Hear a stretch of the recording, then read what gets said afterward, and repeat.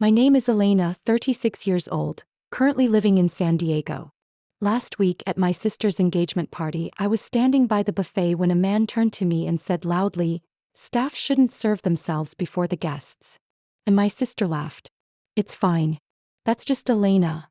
My sister, the one who used to work in public trash collection. The whole table burst into laughter. And I just stood there in the middle of that lavish space I had designed myself inside the mansion I owned. Something none of them knew. Have you ever been treated like an outsider by your own family, even when you were the one who built the very room they're sitting in? If something about this story hits close to home, I'd love to hear your thoughts in the comments. Hit like and subscribe to this channel because what I'm about to share isn't just about a party. It's about anyone who's ever been dismissed just because they started with dust on their hands. I still remember that autumn night when I was 19. There was no shouting, no slammed doors. Just a small suitcase at the front door and my mother's voice, cold as glass. "If you want to chase that kind of hands-on job, then go live on your own." I stood there gripping the suitcase handle, watching my father read the newspaper without even looking up. Tessa was 16 then, leaning against the kitchen door frame, sipping orange juice, her eyes lit with smug satisfaction. I walked out of that house around 8 p.m., no destination, nothing in my pocket except a few coins left over from my last shift at the campus library. That first night, I slept in an old Ford my grandfather had left me before he passed. The car didn't run anymore, but it had doors, locks, and at least it kept the night wind out. In the months that followed, I worked as a janitor at a shopping plaza while clinging to my environmental engineering classes. Every night I sat in that car, reading under a flashlight, hands and clothes still reeking of disinfectant. I never told anyone I was homeless. When you work with a mop and a bucket, nobody asks where you live. They just ask why you're working so slowly. I lost count of how many times I nearly gave up. Some days I cried in the middle of a shift, just because a customer yelled about a slippery floor. One, they spilled coffee on themselves. Once my manager cut my hours because you don't smile enough while cleaning. But I kept thinking about the night I walked out, about my mother's eyes, about Tessa's smirk and those words, "A poor man's job." So I made a decision to turn the job they looked down on into the very thing that would force them to look up. When I was 24, I officially registered my first business license for Green Core Solutions. It started as a small-scale waste collection and sorting service for apartment complexes. I drew the system layouts myself, contacted printers for flyers, and drove my old car around neighborhoods asking for pilot contracts. One time I stayed up 4 nights straight installing an odor filtration system for a small elementary school in the suburbs. They paid me in lunch vouchers and thank you notes. But that system later got featured in a local news segment. And after that, my phone wouldn't stop ringing. A year later, I met Grace at a recycling conference in Sacramento. She was a recent graduate in environmental finance, Taiwanese American, sharp, thoughtful, and quiet. When I told her I was running a company with only one employee, myself, she smiled and asked, "Do you need someone who can do everything, except take out the trash?" I took her out for sandwiches to talk more. Since that day, Grace walked beside me through every chapter. No demands, no questions. She's the only person who knew I once lived in a car, got kicked out of my house, and almost sold the company to pay for a worker's hospital bills after a workplace accident. It was Grace who advised me to stay hidden a little longer. "You're building something bigger than they can imagine," she said. "They don't need to know. Not yet." That's why my family never knew a thing about Green Core, even after I opened 3 headquarters, signed contracts with 6 major cities, and reached a valuation of over $75 million. To them, I was still the dropout daughter, not worth mentioning to the neighbors. Yet there I was, standing at Tessa's engagement party in a hall designed by my firm, under lighting systems programmed by my tech team, being called the one who used to pick up public trash. I wasn't angry. What I felt wasn't rage or even pain anymore. It was like watching a crack spread across an old wall, knowing that with just one tremor, everything would come crashing down. Grace stood a few feet away, pretending to check the lighting for the photographer. She winked at me, her signal that the curtain had risen. This wasn't about proving anything. I didn't come for revenge or recognition. I came to show them one thing: you can ignore someone for years, but truth always finds its way back. Even the champagne glass they were raising was made from recycled glass under Green Core's local plant partnership. They toasted to Tessa's future, while sitting inside the very present I had created. I wasn't surprised when I arrived and didn't see my name on the seating chart. The event planner flipped through 3 pages before finally offering me a seat near the kitchen, at a table with 3 off-duty waitstaff and a temporary chef on break. I smiled at them, nodded politely, and gently placed my purse down. None of them knew who I was, and that was exactly what I needed. From that angle, I could clearly see the main table, where my mother Diana sat with her legs elegantly crossed, makeup perfectly drawn. Tessa sat beside her, curls cascading down, wearing the same earrings I'd once gifted her for her 20th birthday, rejected then with a "not really my style." When my eyes accidentally met my mother's, she didn't nod, didn't smile. She tilted her head slightly, as if glancing at a restaurant hostess running late. I waited for someone to call me over to acknowledge I was family, the bride's sister. No one did. When the MC introduced both families, he stopped at Tessa Miller and the Miller family, and mentioned only our parents. I didn't exist in the welcome speech. About half an hour later, as laughter filled the air around the cocktail bar, I stood up and made my way toward the main table. From across the room, Grace caught my gaze and gave a small nod as if to say, "It's time." I walked close enough to catch their conversation. Tessa was describing her wedding dress shopping, bragging about being mistaken for a model, because of her slender neck and perfect posture. Then she noticed me. Tilted her head, squinting playfully, a little too theatrically. "Elena, gosh, what college did you go to again?" The words were light as air but hit me like stone. I paused, then answered quietly, "UC Berkeley." Tessa let out an exaggerated laugh. "Really? I totally forgot. But, what did you major in again?" "Public sanitation." Laughter erupted around the table. My mother didn't laugh, but her lips curved ever so slightly, like my embarrassment was part of a fine dinner. Brandon, Tessa's fiancé, sat with one leg crossed, staring at me coldly behind his wine glass. He scanned me from head to toe like appraising something old at a flea market. "So, now you make money from trash, huh?" They all laughed. That kind of laugh, half polite, half mocking, meant to erase you without seeming rude. I said nothing. Just looked at Brandon for a moment, then turned to my mother. She was stirring her martini, eyes still fixed on her phone. Each of them was living in a play I was never cast in. I wasn't the lead, nor even an extra. I was just the shadow standing off stage watching them applaud themselves. A few moments later, a family friend, Mrs. Camille, the same woman who used to babysit me as a child, walked over and placed a hand lightly on my shoulder in that polite, detached way older people do. "You're still doing that recycling work, aren't you?" She tilted her head, her voice sweet like someone checking in on a long-term patient. I smiled. "Yes, I still am." Tessa chimed in, "Mom, she runs this little company, kind of like a trash startup. I heard it's pretty inventive. You know, like those compost bins or whatever." Brandon let out a half laugh. "Well, at least it's good for the environment." "It is," I replied, my voice steady and clearer than before.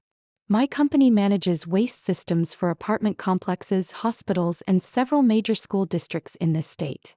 My mother finally looked up, her gaze scanning me like a stranger walking through her old home. Tessa chuckled softly, leaning forward. "Sounds important. So do you still check toilets on weekends?" I wasn't angry. Truly. I'd grown past that kind of pain a long time ago. I simply stood there and let them speak, each word like a needle tapping the old scar that had long since healed. Then Brandon, with no filter, asked, "Did you ever think about doing something else? I mean, like a cleaner job? Something a bit more upscale?" I looked him straight in the eyes. "I thought about doing what's right. It doesn't have to be clean if it helps others live cleaner." He paused. For just a second. But I caught it, the crack forming in his composure, a tiny hesitation in how he swirled his wine. I wasn't there to demand respect. I just needed a single moment, for them to realize I hadn't disappeared the way they'd hoped. I'd just taken a path they'd never bothered to see. And then I turned away, unhurried, and walked back to the table near the kitchen, where a few off-duty staff were eating cake and chatting, judging no one by their name or their job. Grace looked at me as I sat down, poured me a glass of water, and said softly, "You just walked through a small storm." I replied, "The first storm never killed me. It just taught me how to stand still." The lights in the hall shifted to a soft amber glow, And the next song began to play, like everything was going according to plan. But I knew, the only thing spinning out of control now was their image of me. And maybe, just maybe, that was the most interesting part. I was quietly enjoying a bite of lemon tart, tangy and sharp, when a familiar voice sounded just over my left shoulder. "Elena? Is that really you?" I turned. A middle-aged man, salt and pepper hair combed back, wearing a perfectly tailored charcoal suit, looked at me with surprised warmth. "Hello, Mr. Lawson," I offered a gentle smile. He was one of the major venture capitalists on the East Coast, someone I'd once met at a conference where I spoke about waste management solutions for high-density cities. I never imagined he'd be here, let alone recognize me at an event like this. "Took me almost a full minute to place you," he said with a chuckle. "Didn't expect to see you at a party like this. But then I saw the way you were just quietly watching everything, and I knew it had to be you." I set my fork down. "Today I'm here as family, not as a businesswoman." "Family, huh, Mr. Lawson nodded, his gaze softening. "I get it." His eyes scanned the room, pausing briefly on Tessa and Brandon, then returned to me. "I'm flying out to Washington tomorrow morning to finalize the partnership for the Smart City project," he said. "The city team kept mentioning it needs final sign-off from the CEO of Green Core. I suppose I'll see you there." I smiled. "Unless a snowstorm or a network outage delays me, I should be on time." "Let's hope so," he tilted his head politely. "Having you there will smooth out a lot." He left with a light handshake. But in that moment I knew I wasn't invisible anymore. Because when I glanced back toward the main table, Brandon's eyes were locked on me, like he was trying to reread a book he once tossed aside. He leaned in to whisper something to Tessa. Her brows drew together as she looked at me, then asked with a note of suspicion, "Who was that?" I didn't reply. But Mrs. Camille, who'd been quietly observing the entire room with a knowing look, answered clearly, "That's George Lawson. He's funded 11 green tech infrastructure projects in the past 3 years.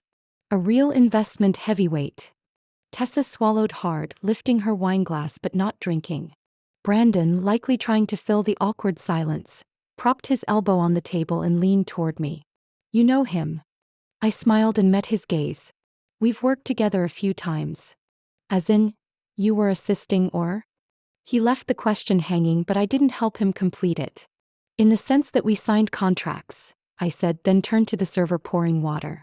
"Could I have a slice of lemon?" "Thank you."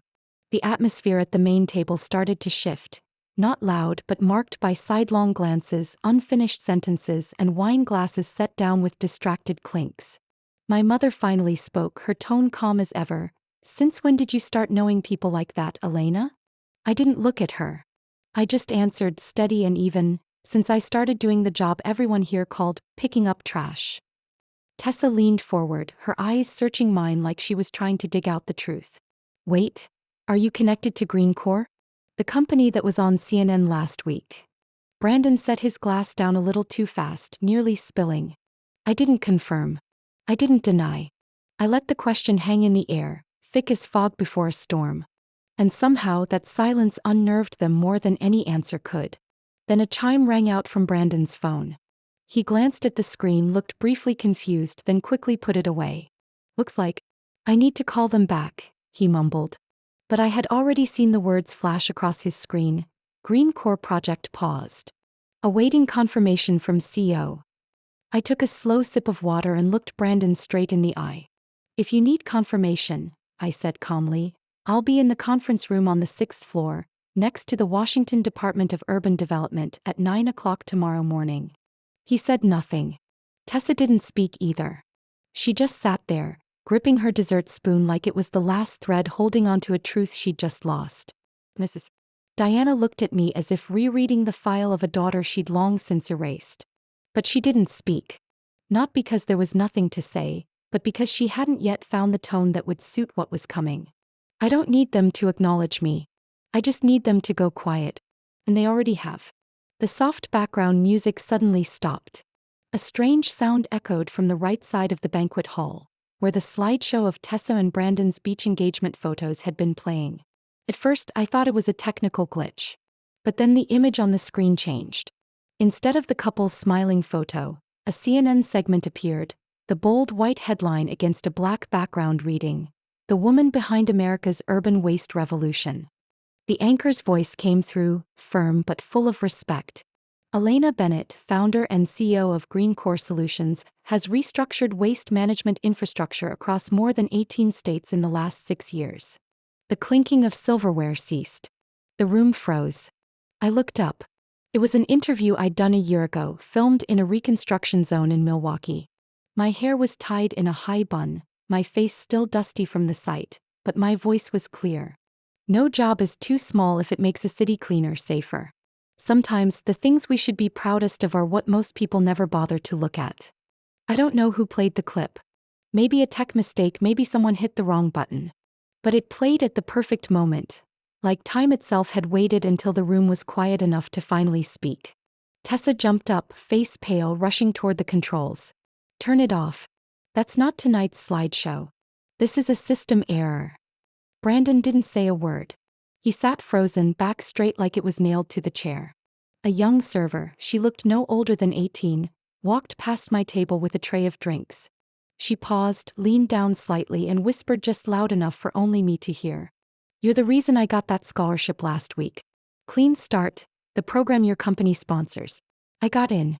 I just wanted to say thank you." I nodded. No words needed.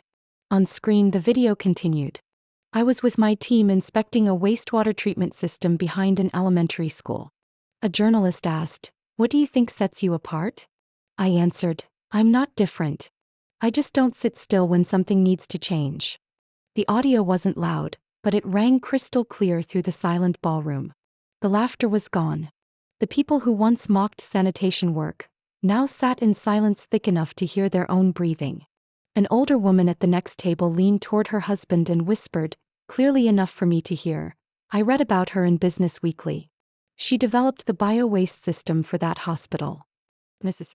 Camille, the woman who once called me the kid who doodled pipe diagrams on napkins, was now staring at me, her hand gently clutching her necklace, like she needed something solid to hold on to. Brandon swallowed hard, his hand gripping the stem of his wine glass. Tessa was still standing, eyes locked on the screen, as if waiting for the next frame to condemn her instead of celebrating me. When the video ended, the screen displayed a still. Me standing with my team, hand on the shoulder of an older woman. Below, the caption read, "Green Core doesn't just recycle waste. We recycle opportunity." The lights in the hall softened. No applause. No awkward laughs. Just a silence like dust lifting off a forgotten portrait. I remained seated. I didn't need to speak. They had heard. They had seen. And they were beginning to understand. My mother, Diana, finally stirred. She set her glass down and folded her hands on her lap. "You planned for people to find out that way?" she asked. I looked at her calmly. I didn't plan anything. Truth just turned itself on. An older man at a table near the back clapped twice. Then silence. Not a standing ovation, just acknowledgement. Then another followed. A couple at the far end gave me a quiet nod and smile. No one mentioned garbage bins. No one brought up public toilets. In a room that once saw me as nothing more than a shadow, there were now dozens of eyes beginning to truly see me. For who I was, no name tag needed. I lifted my water glass, lightly tapped the table's edge like finishing a sentence without words. I didn't need their love. I just needed their silence. And now their silence said enough. My mother adjusted her napkin in that robotic way she did when posing for forced family photos. "If you'd told me earlier," she said with a strained smile, "I would have introduced you to everyone from the start." I kept my eyes on my glass, then slowly met hers. "I don't need introductions anymore," I said. "You never asked what I do, so what was there to introduce?" My voice wasn't loud or harsh, but it landed precisely where she didn't want it to. Her silence wasn't due to a lack of words, but the knowledge that they wouldn't help. Tessa darted her eyes around, searching for someone to redirect the tension to, then leaned toward Brandon, lips curling into a nervous smirk. Brandon, visibly uneasy, tilted his head slightly, trying to lighten the mood. "Well, at least now you could sponsor our wedding," he said with a smug chuckle. A few guests chuckled along. Not because it was funny, but because they didn't know how else to respond. I set my glass down. I've sponsored the underground water filtration system for this entire estate, I said, my tone unchanged. But this wedding? No. The clink of glass against porcelain echoed louder than expected. No one laughed after that. No one dared. Brandon leaned back in his chair, hand gripping the armrest. Tessa looked away, still clinging to denial. I continued. You said I could sponsor it, as if money obligates me to those who mocked me when I had none. A woman nearby placed her hand over her chest, exhaling slowly. I turned to Brandon. I remember the way you laughed when you said I lived off garbage. So let me be clear. My waste systems have brought clean water to nearly 40,000 families. And you? What have you built, besides a LinkedIn profile made of buzzwords? Brandon clenched his jaw. My mother looked at him like someone had spilled red wine on her favorite silk dress. I didn't stop. And Tessa, I said, locking eyes with my sister, you always said I didn't know how to present myself, that I didn't belong in places like this. But here you are, standing in a space I designed, sitting on chairs my company provided, eating from a menu supplied by Green Corps' Clean Agriculture Network. Tessa bit her lower lip. I took a deep breath and said quietly, no theatrics needed, you don't need to admire me. I don't live for that. But from now on, don't ever say I'm not enough. The air in the room thickened. From across the room, a bald man in a navy blue suit, probably one of Brandon's business associates, gave me a slight nod. He didn't say a word, but his eyes were full of agreement. A young man carrying a tray of wine paused in front of me. Would you like the special wine, ma'am? The one you ordered for the coordination center last time. We've got one bottle left. I looked at him and nodded. Grace came up behind me and gently placed her hand on my shoulder, a silent show of support. The media team just confirmed the filming date with CNN for the Detroit project, she whispered just loud enough for me to hear. They want you to speak at the Industrial Redevelopment Summit next month. I nodded without showing emotion. Tell them I'll check my schedule. But make it clear, I won't be introduced as Tessa's sister. Grace smiled and stepped back, letting me face the room on my own. A room still struggling to rewrite my name into a story they had once left blank.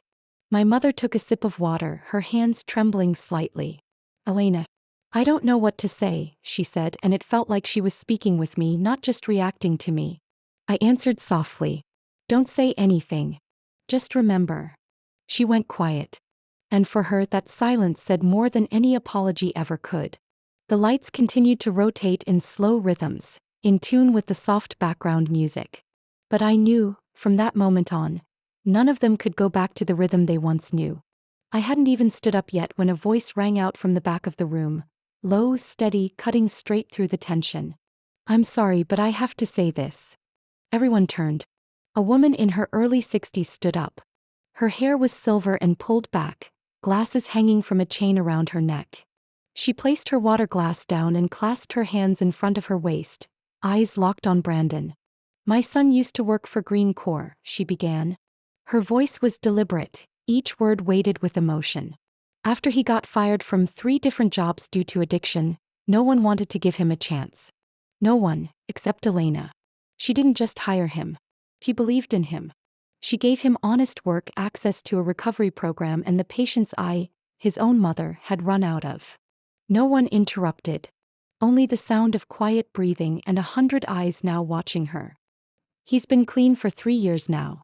Has a family. He's now a team leader at one of her recycling centers. I owe Elena for life. She turned to me, not with some generic expression of gratitude, but with the look of a mother who had once lost everything and now saw a sliver of hope returned by someone the world once dismissed. I nodded gently, unable to speak just then. My throat was dry, but inside something warm and steady began to rise. After her words, the atmosphere in the hall shifted completely. A man in a blue sweater stepped toward me and held out his hand. May I take a photo with you? My wife's a nurse in one of the redevelopment zones in Kansas. They talk about the Green Corps project like it's a lifesaver. Before I could reply, 2 more people approached. A young woman, modestly dressed but eyes shining, said, I once took your training class through the nonprofit program in Austin. Now I run a recycling hub at our local high school. My little sister goes there. I heard every word. These weren't polished speeches or rehearsed lines. This was unscripted recognition. The kind I never hoped to get from my own family but had now received from people they used to overlook. My cheeks burned. I blinked slowly, grounding myself so I wouldn't lose control in the middle of so much real, raw gratitude. Tessa and my mother remained seated. Diana sat stiff like a statue. Her hands rested on her lap, fingers curling slightly as if trying to grasp something slipping beyond her reach. Tessa sat close beside her, expression blank, hands tangled beneath the table, her gaze lost in a room that was no longer about her. Brandon was different. He studied me, each glance like he was trying to reprocess everything he thought he knew. But the way his fingers tapped nervously against the table gave him away. At that moment, Grace stepped out from behind the scenes, holding a black leather-bound folder, thin but stitched with care. She walked over, didn't say a word, and gently placed it in front of me before stepping back. I looked at her. She nodded as if to say, "It's time. You get to choose whether they're allowed to know." I placed my hand on the folder. Embossed on the cover in small print were the words, "Official transfer of ownership, property lot 1782 Golden Pines." I opened it. The first page was the asset transfer document. Grantor, Green Core Capital Foundation. Grantee, Elena Bennett. No one in that room knew that the luxury estate hosting this engagement party, the same estate where they took photos, dined, and performed their little theater of status, hadn't belonged to the original developers for almost a year. I had purchased the land through a Green Core subsidiary, overhauled the entire wastewater system, installed solar infrastructure, and transformed what used to be a symbol of economic disparity into a prototype for urban sustainability. No announcements. No declarations. I simply rotated the folder and slid it toward my mother. She looked down, first with curiosity, then as her eyes scanned the text, her cheeks tensed as if bracing herself, though her palms began to tremble. Tessa leaned in too, and as she reached the line naming me as the legal owner, her lips parted slightly, but no words came out. I remained seated, hands folded neatly. No defiance. No persuasion. Just the quiet presence of truth. My mother lifted her eyes slowly, turning to face me. She didn't ask why. She didn't say thank you. But the small, slow nod she gave me meant more than anything she had ever said to preserve appearances. The guests kept taking photos. Strangers came up, shook my hand, and shared stories of Green Core. I smiled, listened, responded, not because I needed to be seen but because I wanted them, the ones who were once seen as invisible, to know that their lives, their labor, their quiet sacrifices were seen, honored, and remembered. And this time no one saw me as Tessa's sister. They called me by name. The right name. The whole name. The next morning, before sunlight even made it through the blinds, my phone buzzed non-stop. Not one or two familiar messages, but a wave of emails, missed calls, and notifications from media platforms I rarely used under my real name. Grace walked into my home office with a steaming mug of coffee and her iPad already unlocked. Her eyes were slightly wide, but her voice stayed calm. "You're on the front page of 4 major outlets. Forbes, NPR, and Green Tech Weekly among them. They're calling you the invisible woman who sparked a waste revolution in American cities." I took the coffee, didn't sip, just let the warmth soak into my palms. "Short title," I murmured, half joking. 17 years wrapped in one headline. Grace pulled out a chair and sat beside me, swiping across the iPad screen. "There's also a CNBC update. Brandon Callahan was just dropped from the second-round investment pitch at Equinox Capital. Official reason: ethical concerns and questionable ties in his startup ecosystem." I wasn't surprised. Last night, while speaking with a few guests, I saw a man in a dark suit standing in the hallway, listening to an audio clip on his phone. When his eyes found Brandon, I knew it. Whatever thread was holding that last illusion together had just snapped. Grace continued, "Tessa was just dropped from the Fleury Cosmetics campaign. There's an audio clip going viral online. She was recorded in a dressing room saying, 'My sister's better at mopping floors than giving speeches.'" I set my coffee down on the table. Silent. Not happy, not smug. Just that quiet feeling of things finally settling into place, like a clock whose gears had been misaligned now ticking back in rhythm. "Social media's calling you the symbol of quiet resilience," Grace added with a soft smile. "The hashtag Elena effect is starting to spread." I looked toward the window where sunlight had finally reached the hardwood floor. Everything was still unfolding. I wasn't controlling the narrative. I was simply living honestly in a moment when the truth was strong enough to speak for itself. My phone rang. It was my mother's number. I stared at the screen for a few seconds before answering. Her voice was low, stripped of its usual authority and free of tears. Just one simple, startling sentence. I don't know where to begin again. I closed my eyes for a beat.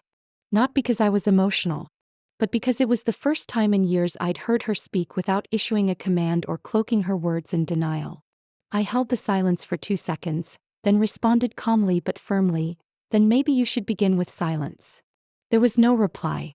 I heard her breathing, thin and uneven, as if my words were a door slowly shutting. No abrupt hang-up. No slamming click. Just a pause that stretched so long I thought she might have disappeared. Then finally, a soft tone signaled the call had ended. Slow, deliberate. Grace looked at me. I said nothing more, just reached for the folder with next week's agenda. But inside I knew something had shifted. Not in me. In her. That afternoon, the media cycle rolled on.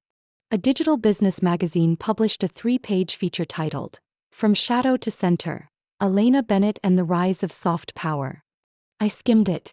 Not because I didn't care, but because I had lived long enough in the shadows to understand that spotlight fades. Action stays. An old colleague messaged me, "Thank you. Thank you for not collapsing when they laughed. Because if you had, I don't know if I could have stood up again." I replied with just one sentence, "We've never stood only for ourselves." That evening, I sat in my study, warm lamplight bouncing off the glass desk. Grace walked in carrying a sealed envelope. They just sent over the official contract from Detroit. Full City Green Infrastructure Initiative. They've chosen Green Corps as the exclusive implementing partner. I accepted it but didn't open it right away. I looked at the envelope as if I were looking into my past. Dusted over, hidden but never erased. "Do you want to speak to the press tomorrow?" Grace asked. I shook my head. "Not right now." "Want a break?" I smiled. "I do. But I still have to be at the prototype facility at 7 a.m. Grace nodded. "That sounds like you." We sat there without needing to say more. Outside, it had begun to rain, soft, steady drops tapping against the window pane. Not loud but unmistakable. Like the things I'd held on to piece by piece over the years.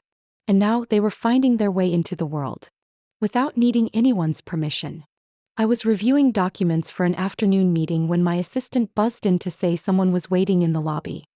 His voice was slightly hesitant. "It's Ethan. He says he's your brother." I stood slowly and stepped out of the conference room. Ethan was by the reception desk, hands in his pockets, his plaid shirt buttoned unevenly. When he saw me, he stepped half a foot back as if afraid he was intruding.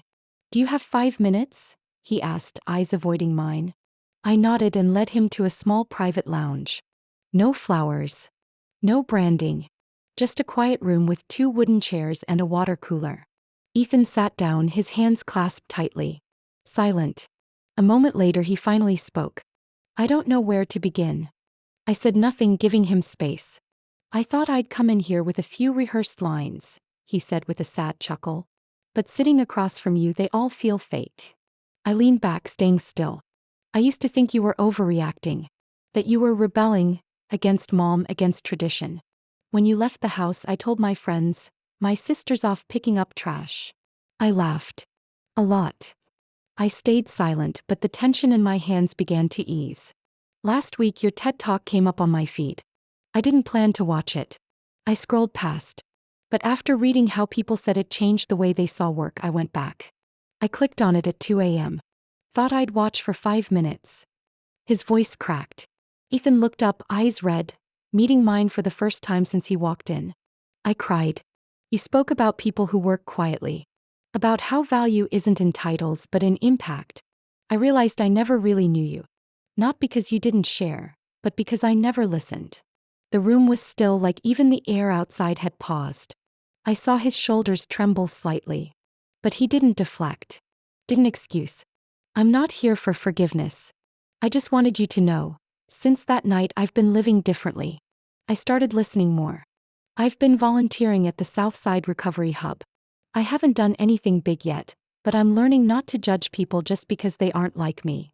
I looked at my brother, the shadow of Tessa for so many years, the one who used to mock me, now sitting with honest remorse that needed no script. I didn't cry. But when I spoke, my voice softened. Then keep living differently. That's the only answer I need. Ethan nodded, his eyes wet. We sat a bit longer, not saying much. When he left, I walked him to the door. For the first time in years, I gently patted his shoulder. No hug. No tears. But a beginning. A week later, on Tuesday morning, I was in a meeting with the team working on the Green District in Des Moines when Grace leaned in and whispered, "Mrs. Diana is waiting outside." I paused my pen and glanced through the frosted glass. Her silhouette stood tall, shoulders stiff, wearing a beige coat ironed with precise creases. I signaled for a break and stepped outside. She didn't sit, just stood near the waiting bench holding something wrapped in soft fabric. When she saw me, she didn't smile, didn't speak my name. We just looked at each other for a brief second. Then she placed the bundle on the stone table near the door. "I found this in an old drawer," she said, her voice lower than usual. "I thought you should have it." I unwrapped the fabric. It was a brown leather photo album, worn at the corners, a thin layer of dust along the spine. A small handwritten label on the front, faded blue ink barely legible. "Elena, the Forgotten Years." I didn't look up right away. I turned the first page. It was a photo of me at 5 years old, wearing a red and white striped dress, standing next to a Christmas tree in our old living room.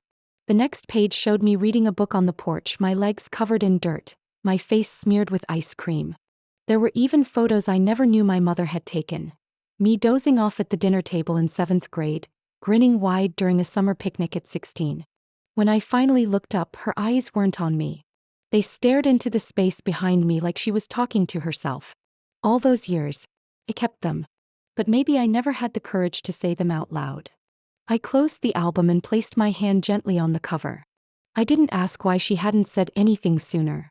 I didn't ask why she chose now. I just nodded. Gently. Not forgiveness. Just acceptance. She turned and walked away, slowly but upright. No apology. No promise. But she came. She faced me. She placed in my hands a piece of the past I thought no one remembered. And to me that was enough. Saturday morning was cool, the sun just bright enough to cast a golden hue on the greenhouse windows behind the newly opened center.